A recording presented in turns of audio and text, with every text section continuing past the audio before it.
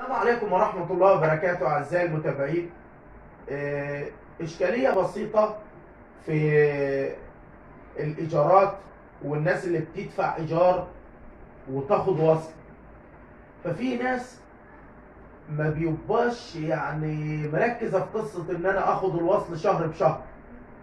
فبيجي مثلا أنا ثقة بيني ما بين الراجل اللي أنا متأجر منه، فممكن يقعد بالسنة ما ياخدش وصولات. لا، انا من وجهة نظر القانونية، لان اتحطينا في موقف زي كده وحصلت اشكالية بسيطة، وكان الراجل سايب العملية بالود وما بياخدش الصلاة، ودفع 10 شهور هو دفعهم ودفعهم تاني. انت طالما بتدفع ايجار شهري ومقابل وصل ومذكور في العقد انك انت بتاخد وصل، فيا ريت لما تدفع الايجار قبل ما تدفع الايجار استلم الوصل بتاعك باسم الشهر والسنة اللي انت فيها، عشان تحفظ حقك زي ما هو حفظ حق.